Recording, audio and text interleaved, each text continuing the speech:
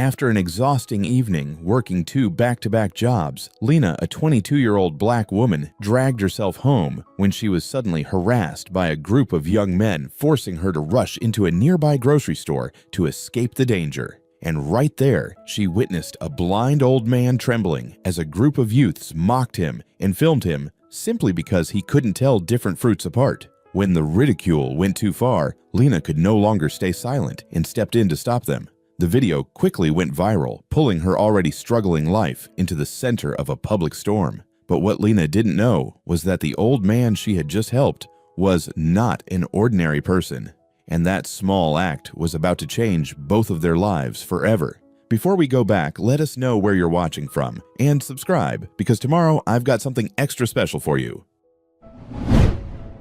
The bus smelled like old coffee and somebody's fast food dinner. Lena Carter pressed her forehead against the cold window, watching the city blur past in streaks of neon and shadow. Her reflection stared back hollow eyes, hair still damp from the restaurant's greasy kitchen air, a ketchup stain on her collar she'd only just noticed. 22 years old, and she looked 40. Her phone buzzed. Another text from her manager at the warehouse. "Can you cover the 6 a.m. shift tomorrow?" Danny called out again. She didn't answer. Couldn't. If she said yes, that would be 16 hours between jobs with maybe 3 hours of sleep squeezed in between. If she said no, that was $60 she desperately needed. The bus lurched to a stop. Lena grabbed her backpack, the one with the broken zipper she kept meaning to fix, and stepped onto the sidewalk. The night air hit her face sharp and cold. March in the city never knew if it wanted to be winter or spring, so it just stayed miserable. She started walking. Her apartment was 12 blocks away. She could have taken another bus, but that was $2 she could save. $2 meant a carton of eggs, or half a loaf of bread, or one of her mom's blood pressure pills if the insurance didn't come through again. The street was quiet. Too quiet. Lena clutched her backpack strap tighter and walked faster. At this hour, quiet meant danger. It meant the kind of people who had nothing to lose and everything to prove were the only ones still awake. She heard them before she saw them. Yo, check it out. 3 guys, maybe 18 or 19, leaning against a closed liquor store. One of them flicked a cigarette onto the sidewalk. Another one whistled. "Hey, sweetheart, where are you going so fast?" Lena kept her head down, kept walking. "I'm talking to you."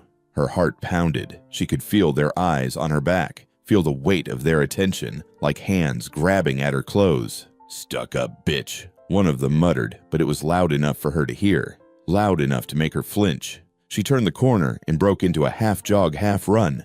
Her sneakers slapped against the pavement. Behind her, she heard laughter. A grocery store appeared on her right windows, bright automatic doors still open. She didn't think, just pushed through and stumbled inside, chest heaving. The fluorescent lights were too harsh. Everything was too bright, too sharp. A security guard by the entrance glanced at her, then looked away. Nobody cared. Nobody ever cared. Lena forced herself to breathe. In through the nose, out through the mouth. Just like her mom taught her when she was little and scared of thunderstorms. She walked deeper into the store, past the aisles of cereal and canned soup, trying to look normal, trying to blend in. Her hands were still shaking. That's when she heard it. Laughter. Not the kind that comes from something funny. The kind that comes from something cruel. Lena stopped. Near the produce section, a small crowd had gathered. 4, maybe 5 people, all holding up their phones, recording. A couple of them were grinning. One guy was full-on laughing, the kind that made his whole body shake. "Dude, this is gold," someone said. "I'm posting this. This is gonna blow up." Lena's stomach turned. She stepped closer, weaving between the shelves of apples and bananas. And then she saw him, an old man, probably in his 70s, thin, fragile-looking, with white hair that stuck up in uneven tufts. He wore a cardigan that had seen better days and glasses so thick they magnified his eyes. He was holding an orange in one hand and a grapefruit in the other, his face twisted in confusion. I can't tell which is which anymore," he said softly, almost to himself. One of the guys recording laughed louder. "Yo, Grandpa's lost it. Someone get him a GPS for the fruit aisle," another one added. The old man's hands trembled. He put the fruit down, reached for something else, knocked over a display of limes. They scattered across the floor, rolling in every direction. Oh man, he's making it worse. This is embarrassing. Nobody helped, nobody moved. They just stood there, phones up, recording his humiliation like it was a fucking circus act. Lena felt something sharp and hot rise in her chest. She knew she should walk away. She knew she should mind her own business, get home, collapse into bed, and forget this whole miserable night ever happened. But she couldn't, because she knew exactly what it felt like to be invisible, to be laughed at, to be the joke everyone else got to feel superior about. She stepped forward. "Hey," she said. Her voice came out rougher than she meant it to. "Back off." The guy closest to her baseball cap hoodie smirk plastered across his face turned. "Excuse me? I said back off." Lena moved between them and the old man, her body a wall. "Show's over. Delete the videos." The guy laughed. "Who the hell are you?" "Someone who's not gonna stand here and watch you humiliate an old man for internet points." "Relax, Karen. We're just having fun." "Yeah, well, your fun's done. Leave." For a second, nobody moved. The air felt thick, tense. Lena could feel her pulse in her throat, could feel the exhaustion in her bones screaming at her to just shut up and walk away. But she didn't. One of the girls in the group rolled her eyes. "Whatever, this is boring anyway." She lowered her phone and walked off. The others followed, muttering under their breath. Lena waited until they were gone before she turned around. The old man was still standing there, frozen. His hands were clutching the edge of the produce shelf, like it was the only thing keeping him upright. "Are you okay?" Lena asked, her voice gentler now. He didn't answer right away, just blinked his cloudy eyes, trying to focus on her. Yes, I think so." His voice was quiet, shaky. "Thank you. You didn't have to do that." "Yeah, I did." Lena crouched down and started picking up the limes. One by one, she placed them back on the display. The old man bent down too, his movements slow and unsteady. "You don't have to help," Lena said quickly. "I got it. I made the mess. It wasn't your fault." He paused, a lime still in his hand. "Feels like it was." Lena looked at him. Really looked at him. Up close, she could see the way his eyes didn't quite focus. The way he squinted at everything like he was trying to see through fog. "You can't see very well, can you?" she asked. He smiled sadly. "Not for a few years now. Macular degeneration. Doctors say it'll only get worse." "I'm sorry." "Don't be. I've seen enough in my life." He placed the lime back carefully. "But grocery shopping has become complicated." Lena stood up, brushing her hands on her jeans. "What do you need?" "Oh, I couldn't. What do you need?" she repeated, firmer this time. The old man hesitated. Then quietly he said, "Bread, milk, maybe some fruit if I can figure out which is which."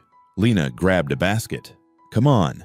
They walked through the aisles together, Lena describing everything the way her mom used to when she was little. Not just what things looked like, but what they felt like, smelled like, sounded like.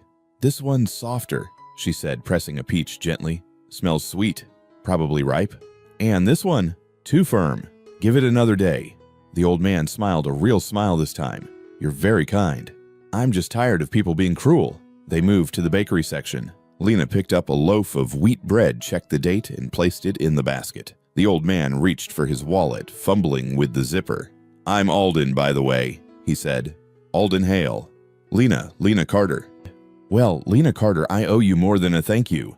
"You don't owe me anything." They reached the register. The cashier, a kid who looked barely 16, barely glanced at them as he scanned the items. Alden handed over cash, his fingers shaking slightly. As they walked toward the exit, Alden stopped. He turned to Lena, his eyes watery. "You helped me feel less invisible," he said softly. Lena's throat tightened. She wanted to say something, anything, but the words wouldn't come, because that's exactly what she'd been feeling for years. Invisible. "Take care of yourself," she finally managed. Alden nodded. "You too." Lena watched him shuffle toward the door, his cane tapping softly against the linoleum. And then she turned and walked the other way back into the cold night, back toward her 12-block walk home. She didn't know it yet, but everything was about to change. Lena didn't sleep that night. She lay in her narrow bed staring at the water stain on the ceiling that looked like a bird with broken wings. The apartment was cold. The radiator hadn't worked in 3 weeks, and the landlord kept promising to fix it soon. Her mom was asleep in the next room, snoring softly. At least the new medication was helping with that. Small victories. Lena rolled onto her side and checked her phone. 4:47 a.m.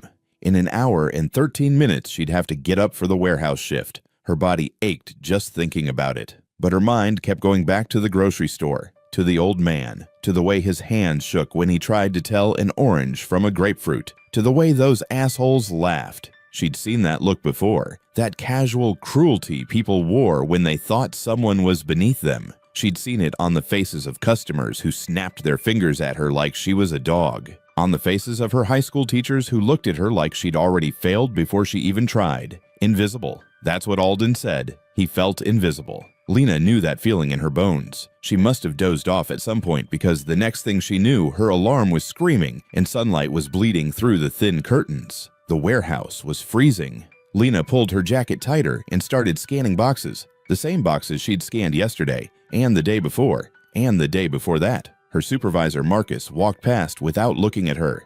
"Carter, you're on aisle 7 today. Johnson called out sick." Again. "You got a problem with that?" Lena bit her tongue. "No, sir." Marcus was the kind of man who wore his authority like a weapon, short, stocky, with a mustache that looked like it had been drawn on with a Sharpie. He'd been riding her since she started 3 months ago, always finding something wrong, always threatening to dock her pay for imaginary infractions. She grabbed the scanner and headed to aisle 7. The fluorescent lights buzzed overhead, making her head pound. She'd skipped breakfast again. Couldn't afford it. 2 hours in, her back was screaming. 4 hours in, she was pretty sure she'd lost feeling in her left foot. 6 hours in, she heard voices near the break room. "Did you see that video?" "Which one?" "The girl and the old guy, at Miller's grocery. It's everywhere." Lena froze mid-scan. "Oh shit, yeah, I saw that. Some random girl defended this old dude who couldn't figure out what fruit was what. People are trying to figure out who she is. Someone said she works 2 jobs and lives in the South Side projects." Damn, that's rough. "Yeah, but like, why get involved? Those kids were just messing around." "I don't know, man. Seemed pretty messed up to me." Lena's stomach dropped. She put the scanner down carefully, as if it might explode if she moved too fast. She walked toward the bathroom, trying to look casual, trying not to run. Once inside, she locked the stall door and pulled out her phone with shaking hands. She typed her name into the search bar. Nothing. She typed Miller's grocery old man video. Everything. The video had over 2 million views. 2 million.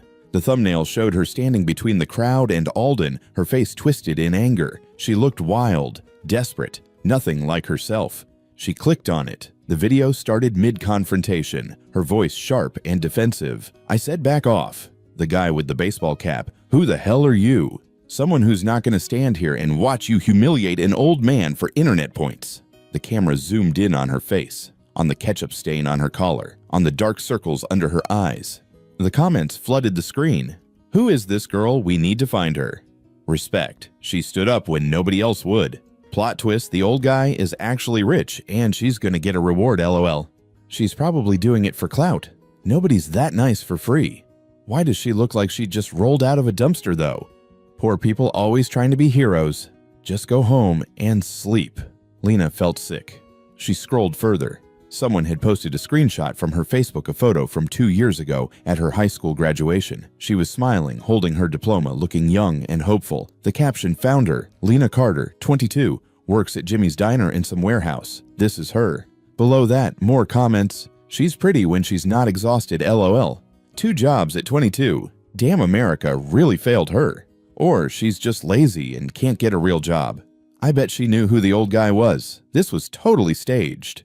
Lena deleted the search and shoved her phone back in her pocket. Her hands were still shaking. She leaned against the stall door and tried to breathe. In through the nose, out through the mouth. But the air felt too thick, too heavy. She heard the bathroom door open. Footsteps. A voice. "Carter, you in here?" It was Marcus. "Yeah," she called out, trying to sound normal. "Your break ended 10 minutes ago. Get back to work." "I'm coming." She flushed the toilet for show, washed her hands, and walked out. Marcus was waiting by the door, arms crossed. "You feeling okay?" "I'm fine." "You don't look fine. You look like you're about to pass out." "I said I'm fine." He studied her for a moment, then shrugged. "Whatever. Just get back to aisle 7. We're behind schedule." Lena nodded and walked past him. The rest of the shift dragged on forever. Every time someone walked past her, she felt their eyes. Every time someone whispered, she was sure they were talking about her. By the time she clocked out, her nerves were shot. She grabbed her bag and headed for the exit. Marcus was standing by the time clock talking to another supervisor. He glanced at her as she passed. "Hey, Carter." She stopped. "Yeah, that video everyone's talking about, that you..." Her heart stopped. I don't know what you're talking about, he smirked. Sure you don't. She walked out before he could say anything else. The bus ride home felt like it took hours. Lena sat in the back hood, up trying to disappear, but she couldn't stop checking her phone, couldn't stop scrolling through the comments. Some people were kind, most weren't. By the time she got to her stop, she felt hollow. She walked the 12 blocks home on autopilot. Her feet hurt, her back hurt, everything hurt. But her mind was somewhere else entirely. What if someone recognized her? What if they approached her? What if they started filming? She walked faster. When she finally reached her building, she stopped at the entrance and looked around. No one was watching. No cameras. No reporters. Just her. She climbed the stairs to the 3rd floor and unlocked the apartment door. Her mom was in the kitchen stirring a pot of soup. She looked up when Lena walked in. You're late. Sorry. Long day. You look exhausted. I am. Her mom ladled soup into a bowl and handed it to her. Eat. You need the energy for your shift tonight. Lena took the bowl and sat at the small kitchen table. The soup was thin, mostly broth, with a few sad vegetables floating in it, but it was warm. Mom, yeah, if something happened, something weird, would you be okay? Her mom frowned. What kind of weird? I don't know, just hypothetically. Lena, what's going on? Nothing. Never mind. Her mom didn't push. She just went back to stirring the pot. Lena finished the soup in silence, then went to her room to change for her shift at the diner. Jimmy's diner was packed. Friday nights always were. College kids celebrating the end of the week. Families grabbing cheap meals. Regulars who came in for the coffee and stayed for hours. Lena tied on her apron and got to work. Table 3 wanted refills. Table 5 wanted their check. Table 7 wanted to know if the meatloaf was any good. It's meatloaf, Lena said with a tired smile. It is what it is. The guy at table 7 laughed. Fair enough, I'll take it. She scribbled down the order and handed it to the cook. The shift blurred together. Orders, refills, plates, tips. Around 9 p.m., 2 girls walked in and sat at the counter. College-aged, phones out, giggling about something. Lena grabbed menus and walked over. What can I get you? One of the girls looked up. Her eyes widened. Oh my God, she whispered to her friend. It's her. Lena's stomach dropped. What? The other girl said. The girl from the video. The grocery store one. Both girls stared at her. Lena forced a smile. Can I get you something to drink? Are you the girl who helped that old man? I don't know what you're talking about. Yes, you are. I recognize you. The girl pulled out her phone. Can I get a picture? No. Come on. Just one. I said no. Lena's voice came out sharper than she meant. Do you want to order or not? The girls exchanged looks. Rude, one of them muttered. They ordered waters and sat there for 20 minutes without ordering food, just scrolling on their phones and whispering. Lena avoided their table for the rest of the night. By the time her shift ended at midnight, she was running on fumes. She clocked out, grabbed her bag, and walked out into the cold night air. The streets were quieter now, safer in a way, but also lonelier. She started the 12-block walk home. Halfway there, she heard footsteps behind her. She glanced back. A man in a hoodie, walking the same direction. She walked faster. So did he. Her heart started pounding. She crossed the street. He crossed too. She broke into a jog. Behind her, she heard him laugh. Relax, I'm not following you. But he was. She turned a corner and ducked into an alley, pressing herself against the wall. Her breath came in short, panicked gasps. The footsteps passed by, kept going. She waited 5 minutes before moving. When she finally got home, she locked the door behind her and slid down to the floor, her whole body shaking. She couldn't do this anymore. The next morning, Lena called in sick to both jobs. Her mom didn't ask questions, just handed her a cup of tea and left her alone. Lena spent the day in bed scrolling through her phone, reading comments, watching the view count climb higher and higher. 3 million views now, then 4. Her face was everywhere. Someone had made a TikTok montage set to inspirational music. Someone else had created a Twitter thread analyzing her body language. A Reddit forum was dedicated to finding out more about the mystery grocery store girl. She turned off her phone and shoved it under her pillow, but she couldn't escape it. Because even with her phone off, even with the curtains drawn, even with the world locked out, she could still feel it. The weight of a million eyes, all watching her, all waiting to see what she'd do next. On Sunday, she went to the park. She didn't know why. Maybe because it was the only place that felt neutral. The only place where she wasn't the girl from the video. She sat on a bench near the fountain and watched pigeons fight over crumbs. The air was cold but clear, the kind of cold that made everything feel sharper. She pulled out her old voice recorder, a habit from childhood. She'd started recording sounds when she was little. Her mom's laugh, rain on the windows, the hum of the refrigerator, little moments she was afraid of forgetting. She pressed record. "It's been 4 days since the video went viral," she said quietly. "I don't know what to do. People keep recognizing me, keep asking questions, keep judging me for helping someone." She paused. "I just wanted to do the right thing, and now I feel like I'm being punished for it." She stopped recording and shoved the device back in her pocket. "Talking to yourself." She looked up. Alden was standing there, leaning on his cane. Lena's breath caught. "What are you doing here?" "I walk here on Sundays. Helps me think." He tilted his head. "May I sit?" She hesitated, then nodded. "Yeah, sure." He sat down carefully, his movements slow and deliberate. For a moment, neither of them spoke. "I saw the video," Alden said finally.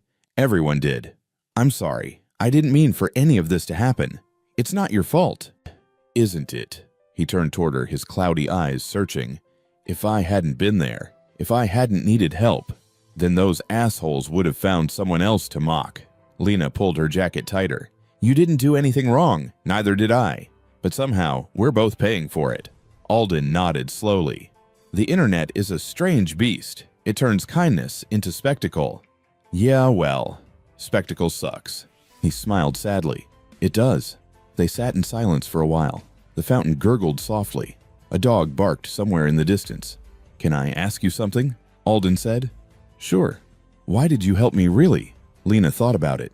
"Because I couldn't walk away. I know what it feels like to be laughed at, to be invisible, and I didn't want you to feel that way. Even though helping me made your life harder, I didn't know it would. But if you had known, would you still have helped?" Lena looked at him, at this fragile old man who'd somehow turned her life upside down without meaning to. "Yeah," she said quietly, "I think I would have." Alden's face softened. "You're a rare person, Lena Carter." "I'm just tired." "You're both." They sat there until the sun started to set, painting the sky in shades of orange and pink. Before he left, Alden reached into his coat pocket and pulled out a card. "If you ever need anything," he said, "anything at all, call me." Lena took the card. It was simple, white, just a name and a phone number. "Why?" she asked. "Because you helped me feel less invisible, and I'd like to return the favor." He stood and walked away slowly, his cane tapping against the pavement. Lena watched him go. Then she looked down at the card in her hand, and for the first time in days, she felt something that wasn't fear or exhaustion. She felt hope. The black car showed up on Thursday. Lena was walking home from her shift at the diner, feet-aching grease in her hair tips barely enough to cover bus fare when she saw it. A sleek black sedan parked outside Miller's Grocery, the same store from that night. She slowed down. 2 men in suits stepped out. They looked like they'd walked off the set of some corporate drama. Clean cut, expensive watches, Bluetooth earpieces, the kind of people who didn't shop at Miller's. One of them opened the back door. Alden stepped out. Lena stopped walking entirely. He wasn't wearing the old cardigan anymore. He wore a tailored coat, dark slacks, and shoes that probably cost more than her rent. His cane was different too, sleek, modern, made of polished chrome instead of worn wood. A woman in a blazer appeared beside him, speaking rapidly. Alden nodded at whatever she was saying. A small crowd had already started to gather, people with phones out, whispering, recording. "Is that him?" "Holy shit, it is." "The guy from the video. Who is he?" One of the suited men noticed Lena standing there. He leaned toward Alden and said something. Alden's head turned in her direction. "Lena!" he called out. Every phone in the crowd swiveled toward her. She felt her stomach drop. "No," she whispered. "No, no, no." She turned and walked quickly in the opposite direction, her heart hammering. Behind her, she heard Alden's voice calling her name again, but she didn't stop. Couldn't stop. She made it 2 blocks before she had to duck into an alley and catch her breath. Her phone buzzed in her pocket. She pulled it out with shaking hands. A text from an unknown number. "Lena, it's Alden. Please don't run. I need to explain." She stared at the screen, her mind racing. Another text. "I'm sorry. I should have told you." Told her what? She opened Twitter with trembling fingers, typed Alden Hale into the search bar. The results made her knees weak. Billionaire tech founder Alden Hale spotted at a local grocery store, the same place where viral video was filmed. Alden Hale, the man behind Optivision Technologies, net worth $4.2 billion. Who is the mystery woman who helped Alden Hale? Internet detectives are closing in. Lena scrolled through article after article, each one more surreal than the last. Photos of Alden from years ago, sharp or younger, standing in front of massive office buildings. Articles about his company, his innovations, his fortune. His late wife, Helen, a philanthropist who died 6 years ago, and now photos of her. Grainy screenshots from the grocery store video. Someone had tracked down her high school yearbook photo, her Facebook page, which she thought was private, pictures of the diner where she worked, the warehouse, even her apartment building. The comments were brutal. She knew who he was. This was 100% a setup. Gold digger alert? She probably researched him before going to that store. Nobody helps a stranger for free. She's after his money. She works at Jimmy's Diner LMAO. Bet she's already planning her payday. Why does she look homeless, though girl needs to invest in a shower? This is what desperation looks like. But mixed in with the hate were defenders. Y'all are disgusting. She didn't know who he was. Even if she did so, what she still helped him when no one else would. Poor people can't win. If she ignored him, she'd be heartless. She helps him, she's a gold digger. Lena felt like she was going to throw up. She stumbled out of the alley and kept walking head down, trying to disappear into the crowd. But people were looking at her. She could feel it. A woman walking past her slowed down, staring. She pulled out her phone. Lena walked faster. A teenager on a skateboard rode past, then circled back. Hey, you're that girl from the video. No, I'm not. Yeah, you are. Can I get a picture? Leave me alone. She broke into a jog. By the time she got home, her lungs were burning, and her vision was blurry with tears she refused to let fall. But when she turned the corner to her building, her stomach dropped. 2 news vans were parked outside, reporters with cameras, people milling around with phones. Shit, she breathed. A reporter spotted her immediately. Lena Carter, can we talk to you for a moment? She broke into a run, shoving through the building's front door and slamming it behind her. The reporters didn't follow. Building security wouldn't let them, but she could see them through the window. Cameras pointed at the entrance like wolves waiting for prey. She climbed the stairs 2 at a time, her breath coming in ragged gasps. When she burst into the apartment, her mom was standing in the kitchen, her face pale, the TV remote clutched in her hand. Lena, she said quietly, what the hell is going on? The TV was on, the news, and there, filling the entire screen, was Lena's face. Mystery woman who helped billionaire Alden Hale, identified as 22-year-old Lena Carter, a server at Jimmy's Diner and warehouse employee.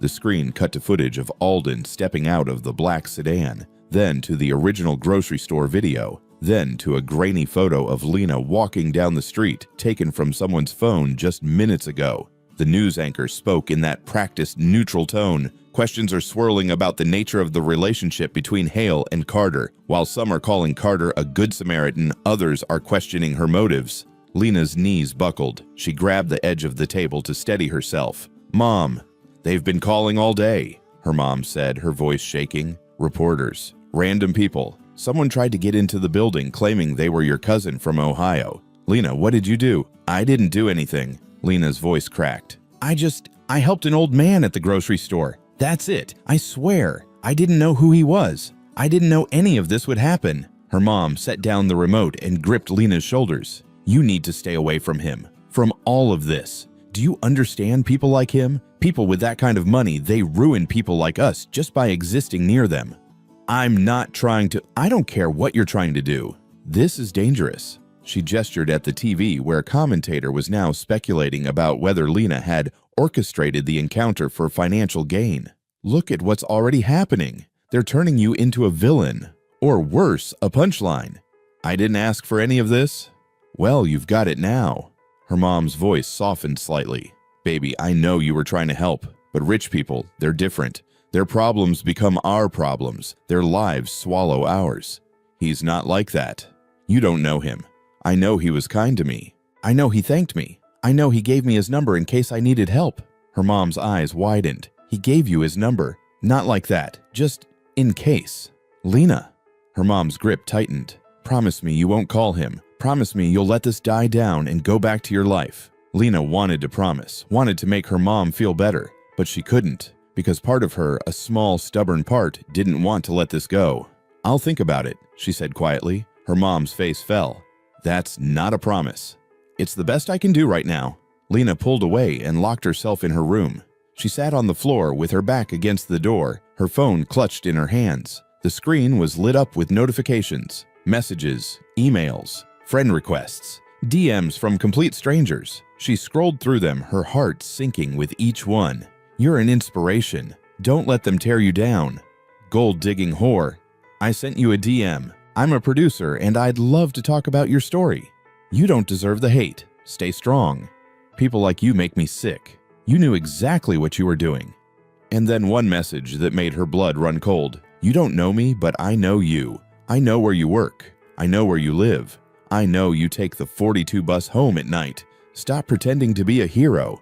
You're just another leech trying to get rich off someone else's money. People like you deserve what's coming." Lena dropped the phone like it had burned her. Her hands were shaking. Her whole body was shaking. She pulled her knees to her chest and pressed her face against them, trying to breathe, trying to think. She didn't do anything wrong. So why did it feel like the whole world was turning her into a criminal? That night, Lena barely slept. Every sound made her jump. Every car that passed outside made her heart race. When she finally dozed off around 4 a.m., she dreamed of cameras, of people pointing and laughing, of Alden standing in the distance unreachable while the world pulled them further and further apart. She woke up at 6 a.m. to her phone buzzing, 23 missed calls, 47 text messages. Her Instagram had gained over 1,500 followers overnight. She turned off her phone and shoved it under her pillow, but she could still feel it, the weight of it, the pull of it. She got dressed and went to the kitchen. Her mom was already up making coffee.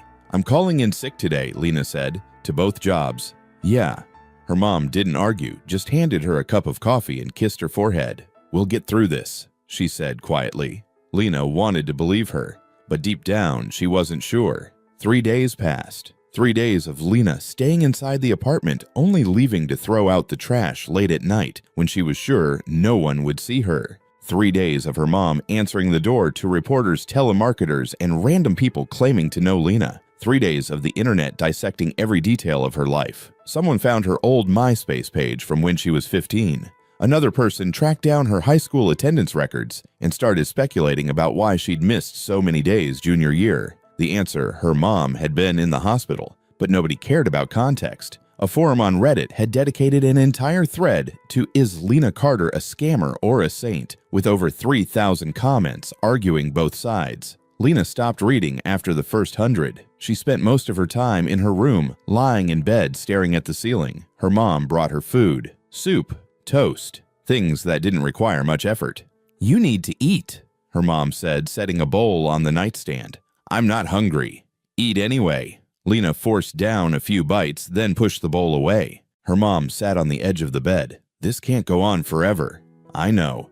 You're going to have to face the world eventually." "I know."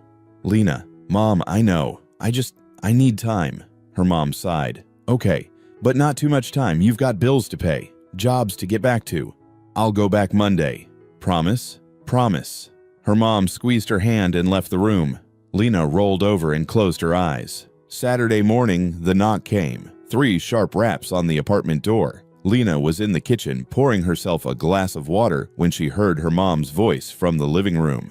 "Who is it?" A pause. Then a man's voice, calm and steady. "My name is Alden Hale. I'm here to see Lena." Lena's heart stopped. She set down the glass and crept to the edge of the hallway, peeking around the corner. Her mom had opened the door but stood blocking the entrance. Beyond her, Lena could see Alden standing in the hallway, flanked by one of his suited assistants, a younger man with slicked back hair and an expression that said he'd rather be anywhere else. Alden looked smaller without the tailored coat. He wore a simple sweater and slacks. His cane rested lightly in his hand. "You've got some nerve showing up here," her mom said, her voice tight.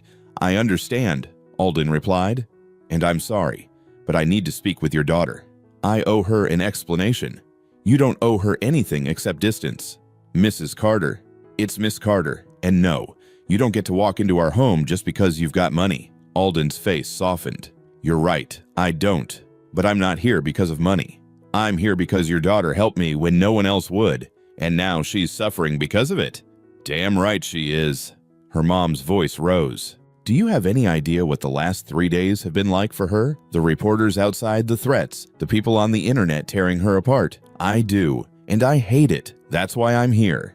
To do what? Throw money at the problem, make her your charity case. No, to apologize, to try to make it right. Her mom laughed a sharp, bitter sound. Make it right. You can't make this right. Your apology doesn't fix the reporters outside. It doesn't fix the strangers sending my daughter death threats. It doesn't fix the fact that her life has been turned inside out because she was kind to you. I know. Alden's voice cracked slightly, and I hate that. I hate that my presence in her life has caused her pain. But please let me try. How are you going to fix this? By telling the truth. By standing with her instead of letting the world tear her apart alone.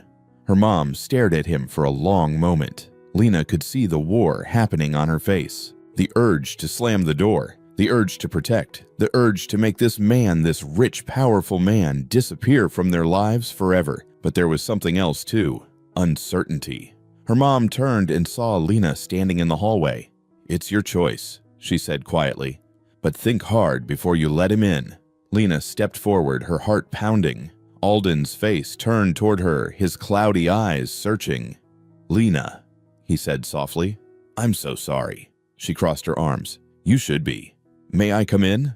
Lena glanced at her mom, who looked like she wanted to physically block the door. But after a moment, she stepped aside. Alden walked in carefully, his cane tapping against the worn linoleum. His assistant stayed in the hallway, hands folded behind his back. The apartment was small, cramped. The kind of place that made it obvious the people living there were barely holding on. There was a crack in the ceiling above the couch. The carpet was threadbare in spots. The kitchen table had one leg shorter than the others, propped up with a folded napkin. Alden didn't comment on any of it, didn't look around like he was cataloging their poverty. He just stood there waiting. Sit, Lena said, gesturing to the couch. He did, moving slowly, carefully lowering himself onto the cushions. Her mom stayed standing by the door, arms crossed, face hard.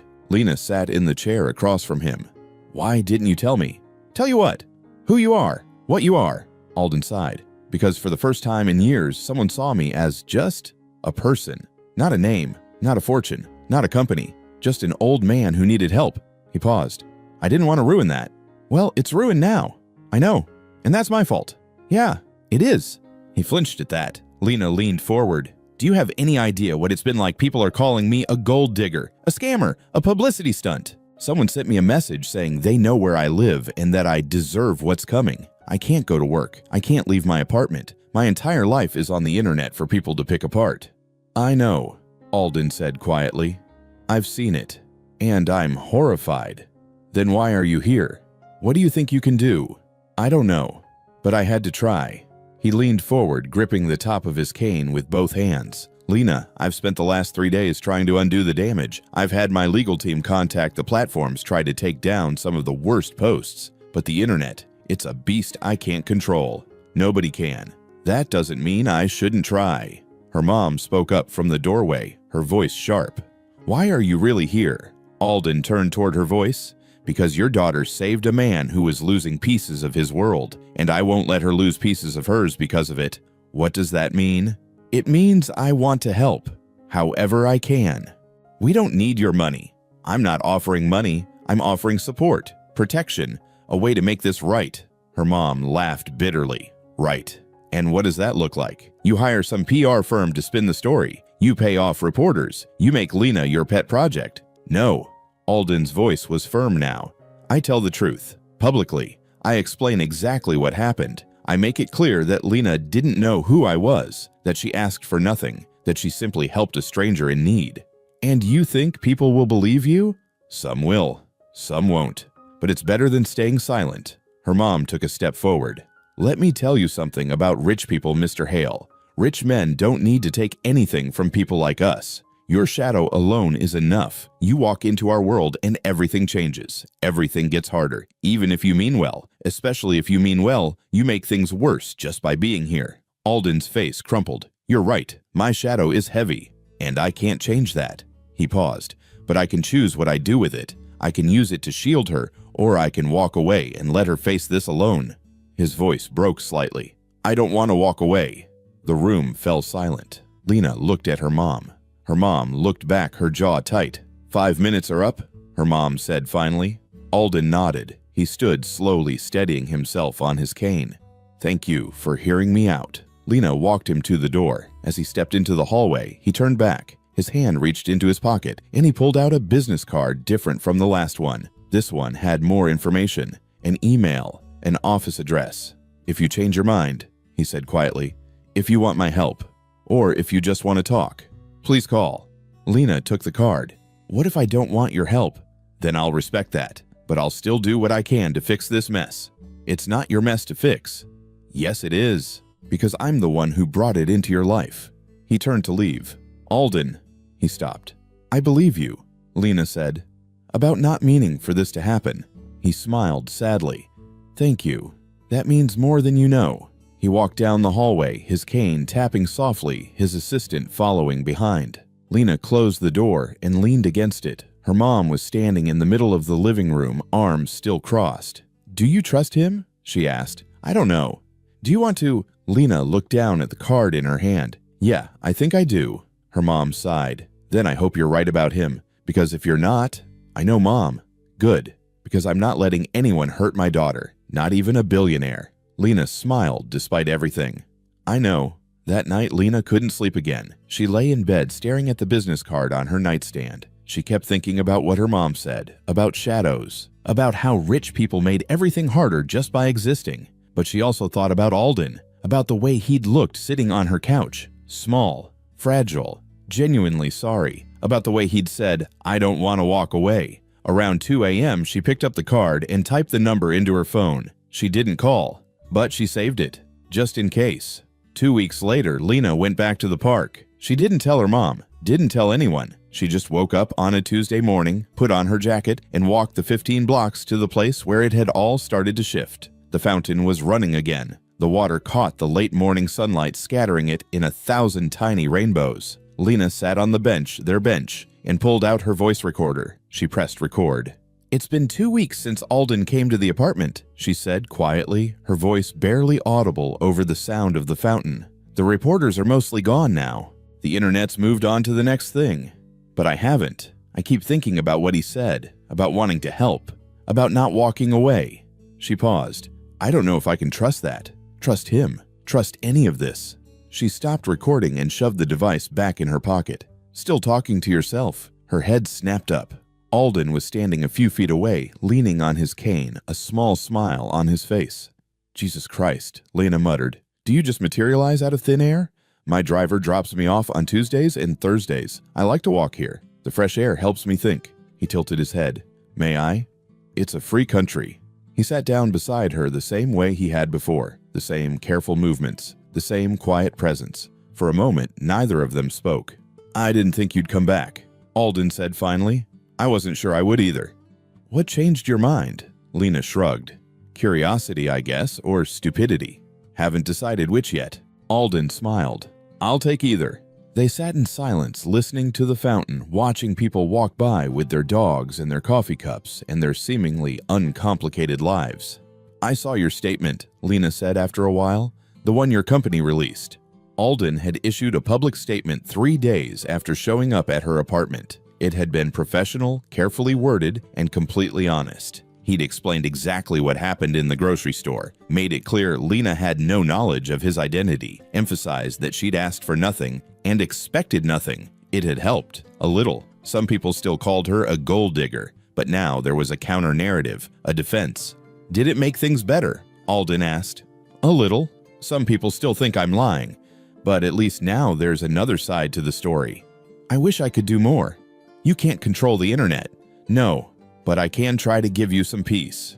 Lena looked at him. "Why do you care so much?" He was quiet for a moment. Then he said, "Because you reminded me what it feels like to be human. Not a brand, not a company, not a net worth. Just a person who needed help." He paused. "And because I know what it's like to feel invisible, even when everyone's looking at you. That doesn't make sense, doesn't it?" He turned toward her, his cloudy eyes searching. "When you're known for what you have instead of who you are, you become invisible in a different way. People see the fortune, the power, the influence, but they don't see you. Lena leaned back against the bench. I'm 22.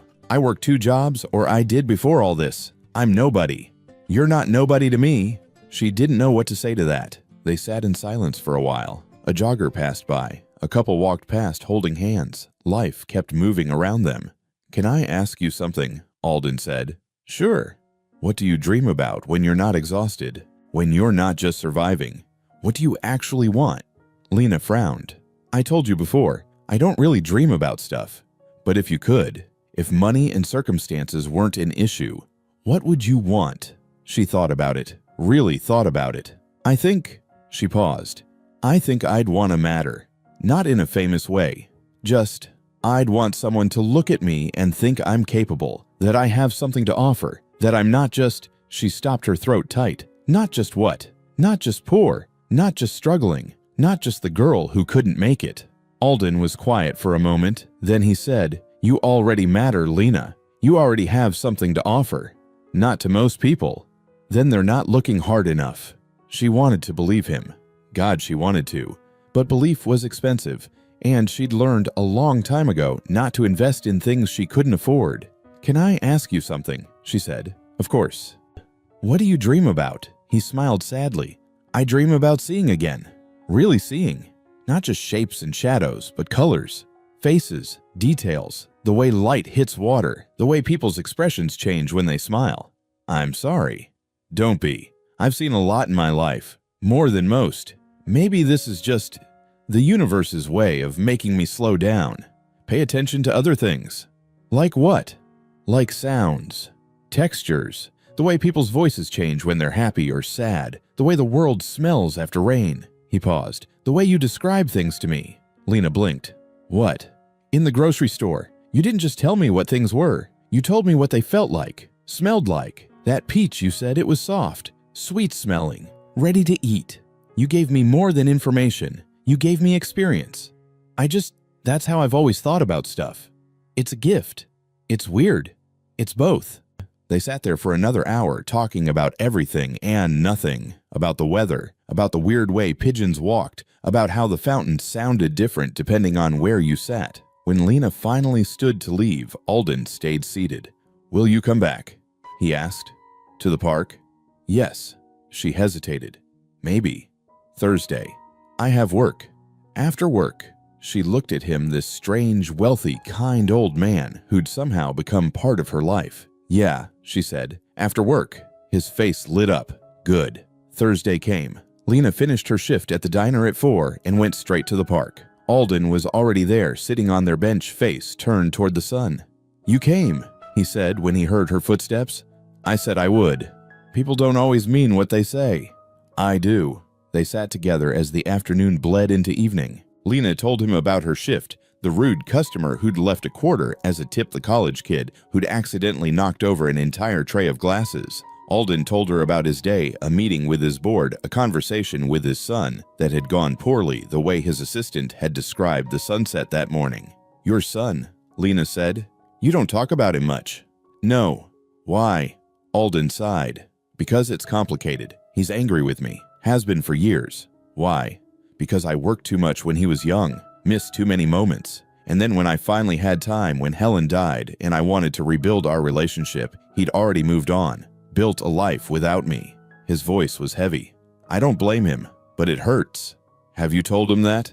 Many times. He doesn't want to hear it. Maybe he needs to hear it more. Alden smiled sadly. Maybe. They sat in silence for a while. Then Alden said, Tell me about your mom. What about her? She's protective of you. Fierce even. Yeah, she is. What's her story? Lena thought about it. About her mom's rough hands from cleaning houses. About the way she hummed when she cooked. About the time she'd worked 3 jobs for 6 months to keep them from getting evicted. She's the strongest person I know, Lena said finally. She's had a hard life. My dad left when I was 5. She raised me alone. Worked herself half to death to keep us afloat. And she never once made me feel like I was a burden. You're lucky to have her. I know. Does she know you're here? No. Will you tell her? Eventually. Alden nodded. For what it's worth, I think she's right to be protective. The world can be cruel. Yeah. But it can also be kind. You taught me that. No, you taught me that. The weeks passed. Tuesday and Thursday became routine. Lena would finish work and go to the park. Alden would be there waiting. They'd talk about everything. Her dreams, his regrets, the state of the world, the stupid things people did on reality TV. Slowly, carefully, something fragile began to grow between them. It wasn't romance. It wasn't even quite friendship. It was something else. Something harder to name. Understanding, maybe. Or hope. One Thursday, Alden asked her about the voice recorder. "What do you record?" he said. "Sounds, moments, things I don't want to forget." "Like what?" She pulled it out and scrolled through the files. "My mom laughing, rain on the window, the way the bus sounds at night, stuff like that." "Can I hear one?" She hesitated, then selected a file from 2 years ago. Her mom's voice filled the air, warm and tired. "Lena, baby, come eat. I made your favorite." And then Lena's younger voice, lighter somehow. "You made mac and cheese." "I made mac and cheese." "You're the best." The recording ended. Alden's eyes were wet. "That's beautiful." "It's just my mom." "Exactly." Lena put the recorder away. "Do you have recordings of your wife?" "A few. Mostly videos from events. Nothing like that. Nothing real." "I'm sorry." "Me too." They sat quietly as the sun set, painting the sky in shades of orange and red. "Lena," Alden said after a while. "Yeah. Thank you." "For what?" "For seeing me. For coming back. For not giving up on this, whatever this is." She smiled. "You're welcome." But not everyone was happy about their growing friendship. At the diner, her co-workers whispered, "She's still meeting him, you know." "No way." "Yeah, saw her leaving early on Thursday. Again." "Think she's getting paid?" "Probably." Lena overheard and kept her head down. At the warehouse, Marcus cornered her by the loading dock. "Carter?" "Yeah." "You still hanging out with that old billionaire?" "That's none of your business." "It is if it affects your work." "It doesn't." "You sure? Because you've been leaving early a lot lately."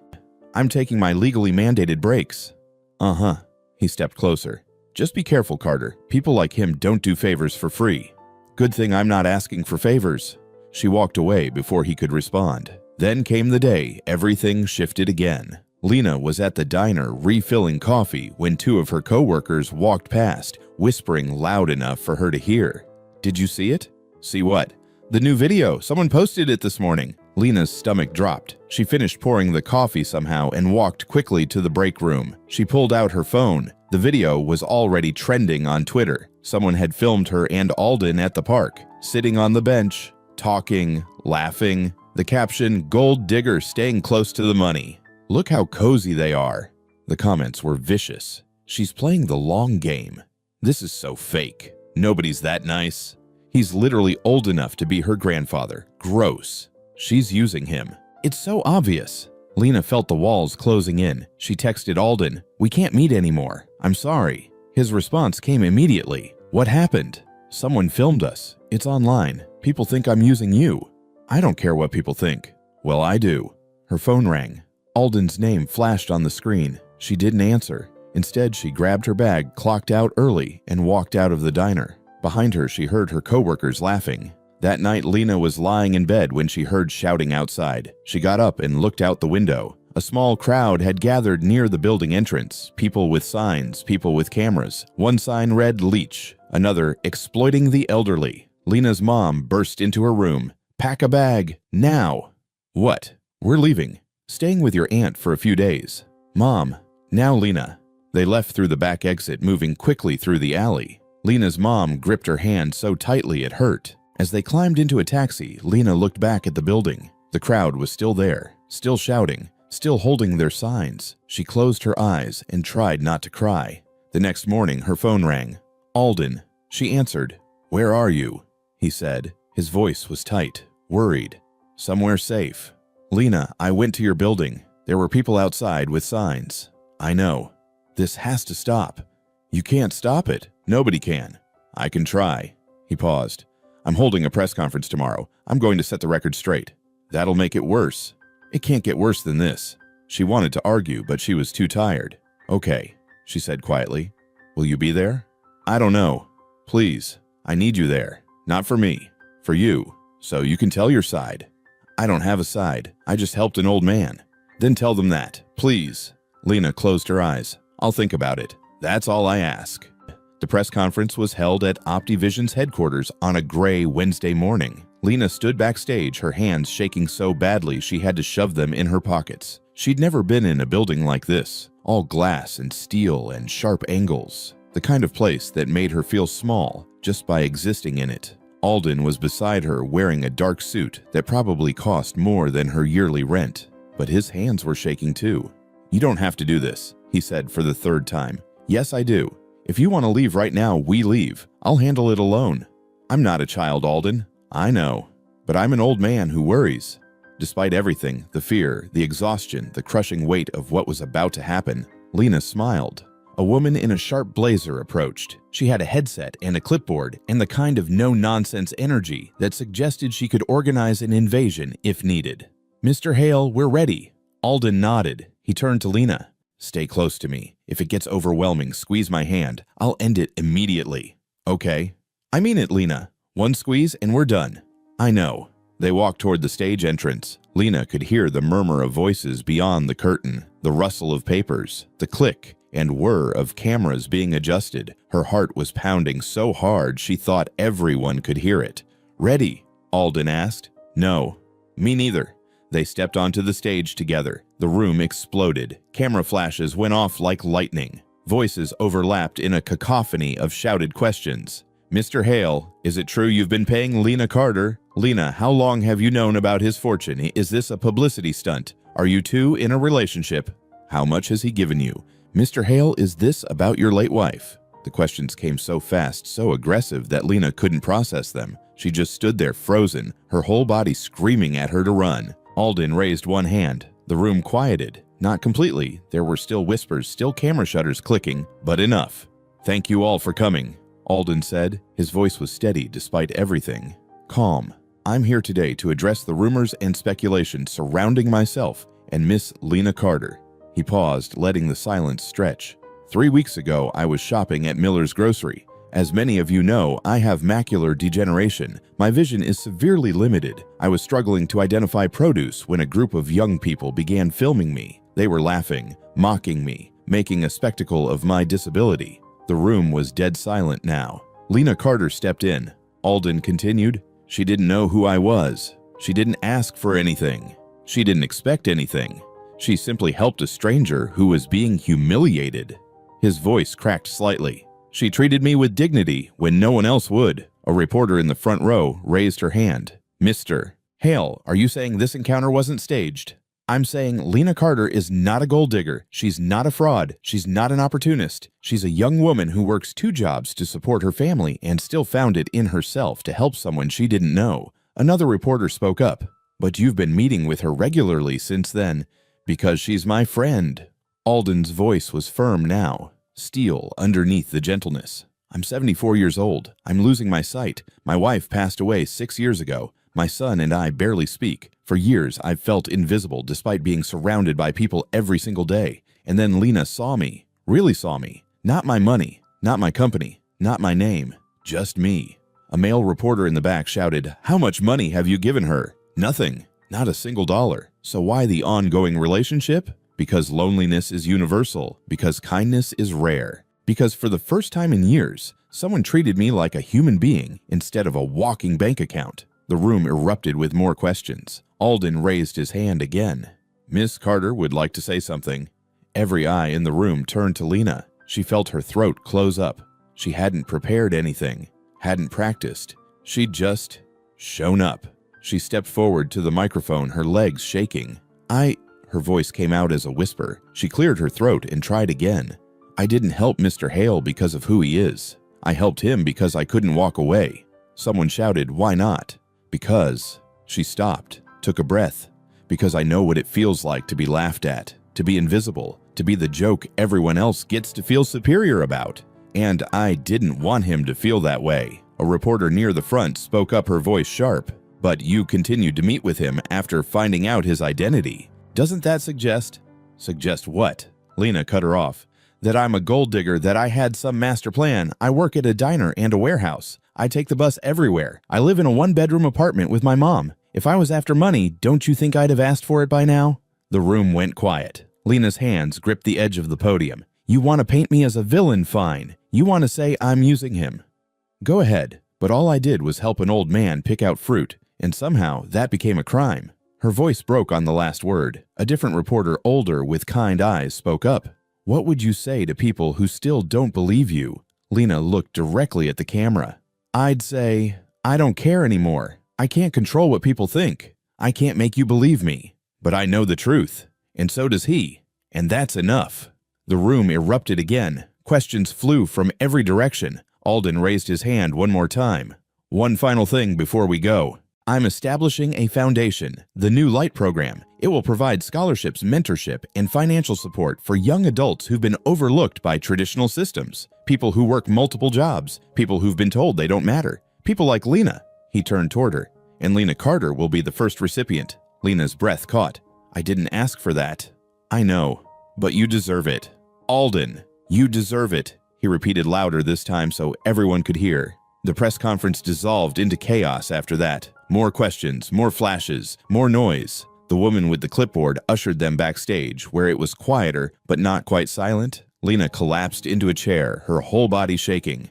I can't believe I just did that, she whispered. Alden sat beside her, his own hands trembling. You were remarkable. I was terrified. That's what made it remarkable. Lena laughed, a shaky, breathless sound. Do you think it'll help? I don't know, but at least now the truth is out there. She nodded, too exhausted to speak. For the first time in weeks, she felt like she could breathe. The press conference went viral within hours, but this time the narrative was different. Lena Carter speaks out. All I did was help someone. Billionaire Alden Hale defends friendship with grocery store Good Samaritan. New Light program to support overlooked young adults. The comments were still mixed. Some people believed her, some didn't. But the tide was turning. The press conference helped for exactly 48 hours. Then the backlash started. It came in waves. First on Twitter, where a hashtag started trending, #NewLightScam. Someone had dug up an old photo of Lena from high school one where she was standing next to a nice car that belonged to a friend's parent and claimed it proved she'd been faking poverty all along. Then Reddit picked it up. A thread with over 5,000 comments dissecting every word she'd said at the press conference, looking for inconsistencies, analyzing her body language for signs of deception. Then came the YouTube videos. Commentary channels with hundreds of thousands of subscribers making 20-minute deep dives into the Lena Carter Con. Lena stopped reading after the first day, but she couldn't escape it entirely. At the diner, customers whispered while she refilled their coffee. At the warehouse, Marcus made pointed comments about people who think they're above their station. One afternoon at the diner, a middle-aged woman grabbed Lena's wrist as she walked past. I know what you're doing, the woman hissed. You're using that poor old man. Lena pulled her arm back. Let go of me. You should be ashamed. Let go.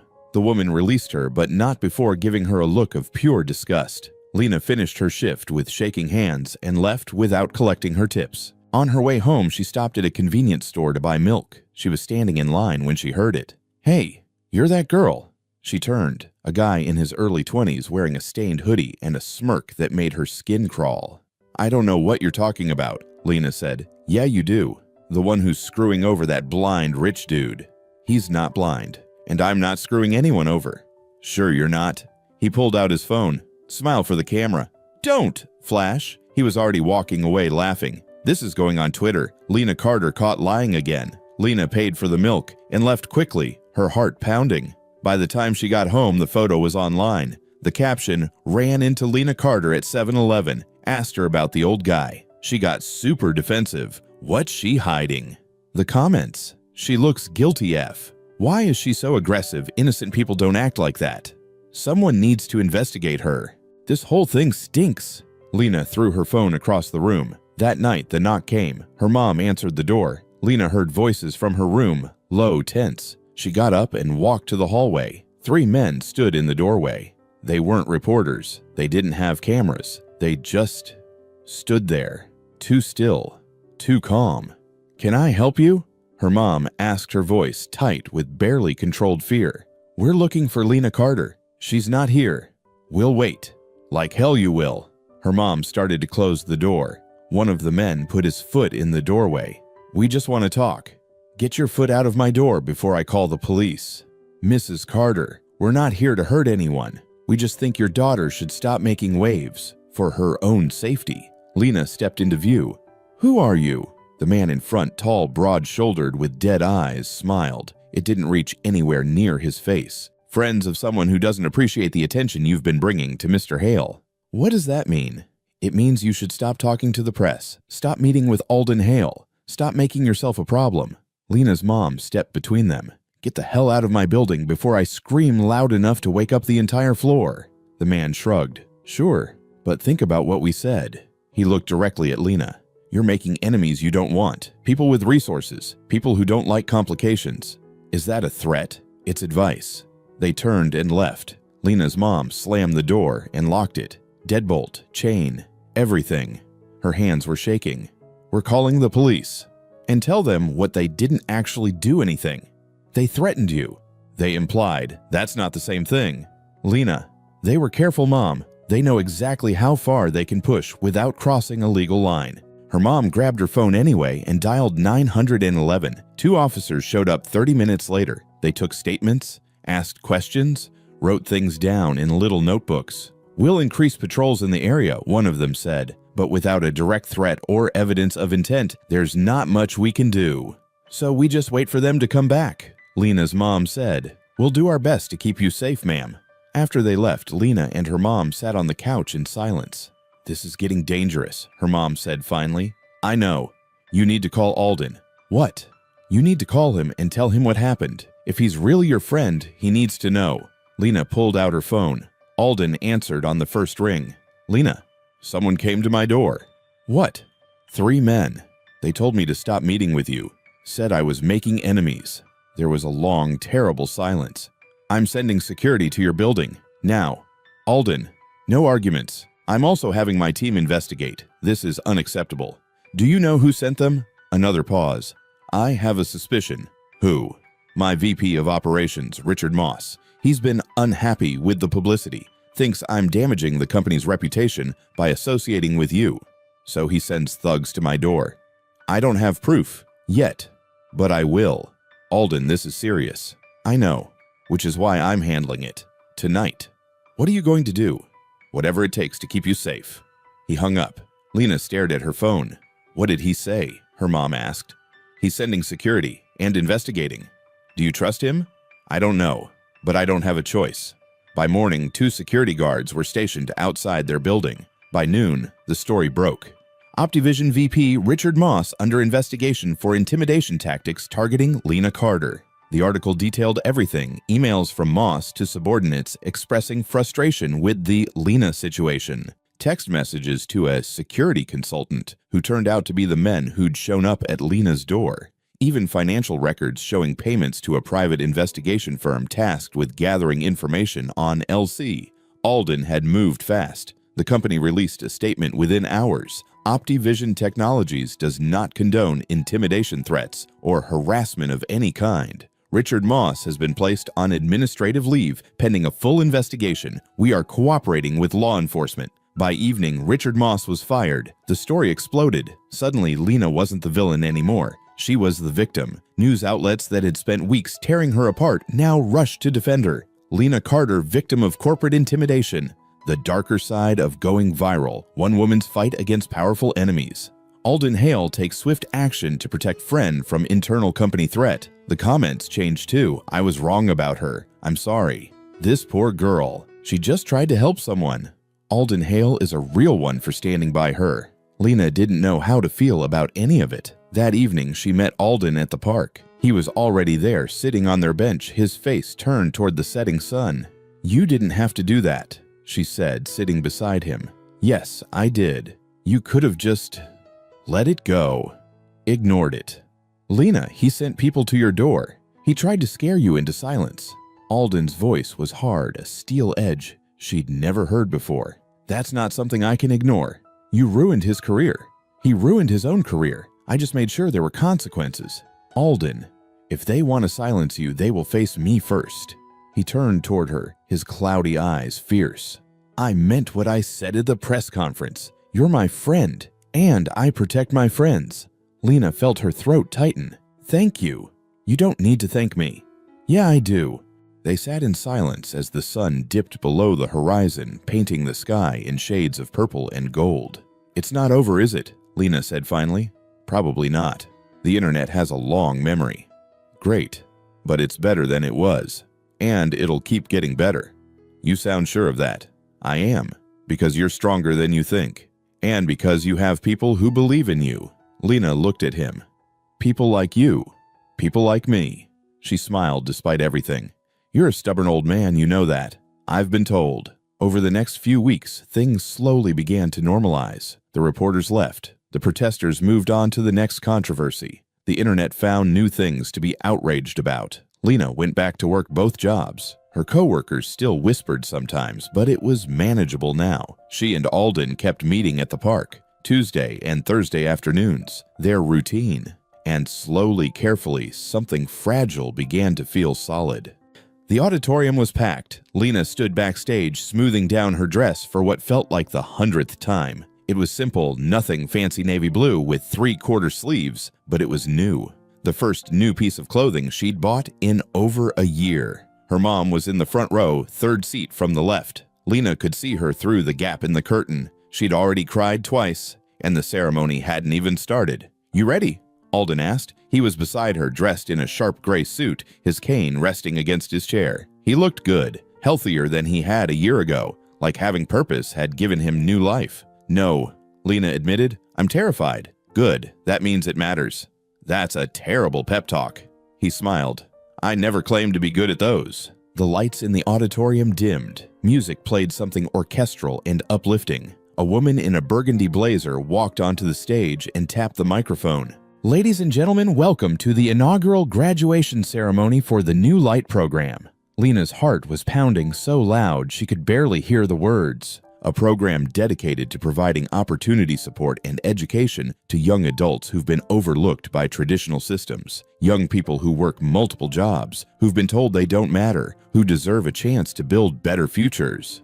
The woman gestured toward the wings. "Please welcome our first graduating class." Lena walked onto the stage with 9 other students. They were all like her in different ways. People who'd been told they weren't good enough, smart enough, connected enough. Now they were here.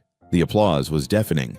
Lena found her mom in the crowd. She was crying again, clutching a tissue, her face lit up with pride. Lena smiled so hard her cheeks hurt. "And now," the woman continued, "please welcome the founder of the New Light program, Mr. Alden Hale."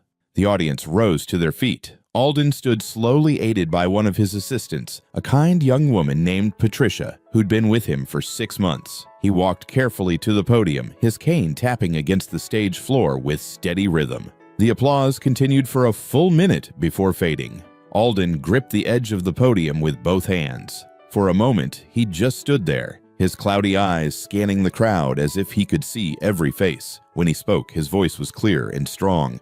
"A year ago, I was lost." The room went silent. Not physically, though, that's certainly a daily challenge. Soft laughter rippled through the crowd, but emotionally, spiritually, I felt invisible, like I no longer mattered, like my best days were behind me, and all that was left was existing. He paused, and then a young woman named Lena Carter saw me. He turned slightly toward where she stood. She didn't see my company. She didn't see my bank account. She didn't see my net worth or my influence or any of the things people usually see when they look at me. She saw an old man struggling in a grocery store, being mocked, being humiliated, and she stepped in. His voice wavered. She didn't have to. She had every reason not to. She was exhausted, overworked, struggling with her own burdens. But she helped me anyway, because that's who she is. Alden's hands tightened on the podium. This program exists because of her, because she reminded me that there are still people in this world who care, who fight, who refuse to let others be invisible, and because she made me realize that if one person could make that much difference in my life, then maybe I could make a difference in someone else's. The audience burst into applause. Alden stepped back, and the woman in the burgundy blazer gestured for Lena to approach the microphone. Lena's legs felt shaky. Her throat was tight, but she walked forward anyway. The applause faded. She looked out at the crowd, at her mom crying in the third seat, at the 9 other graduates standing behind her, at Alden, whose face was full of pride and something that looked like hope. I didn't think I'd be here, she said quietly. Her voice cracked. She cleared her throat and tried again.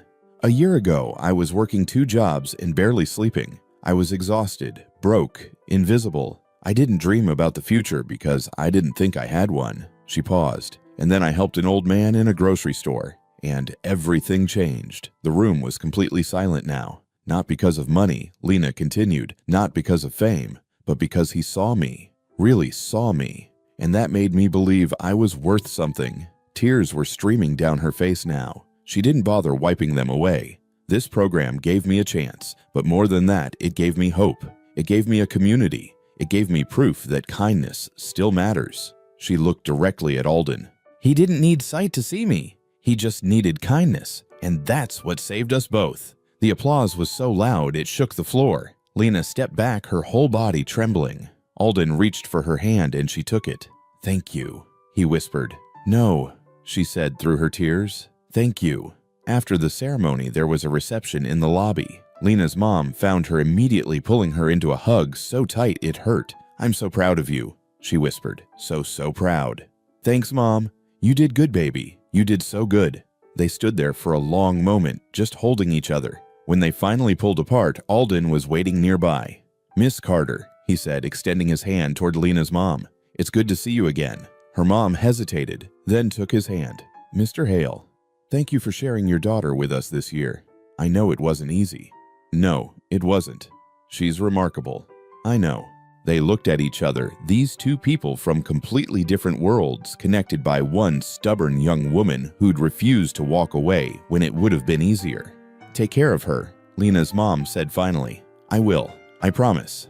Later, after the crowd had thinned and the reception was winding down, Lena and Alden stood outside in the courtyard. The sun was setting, painting the sky in shades of orange and pink. "How does it feel?"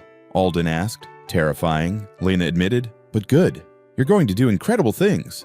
"I don't know about that." "I do." Lena smiled. "You're biased." "Perhaps, but I'm also right." They stood in comfortable silence, watching the sky change colors. "What's next for you?" Alden asked. "I don't know. I've been accepted to community college, thinking about studying social work. Maybe help other people like me." "That sounds perfect." "What about you?" "Me." Alden laughed softly. "I'm old. I'll probably just keep coming to the park, keep trying to rebuild my relationship with my son, keep running the foundation." "That's not nothing."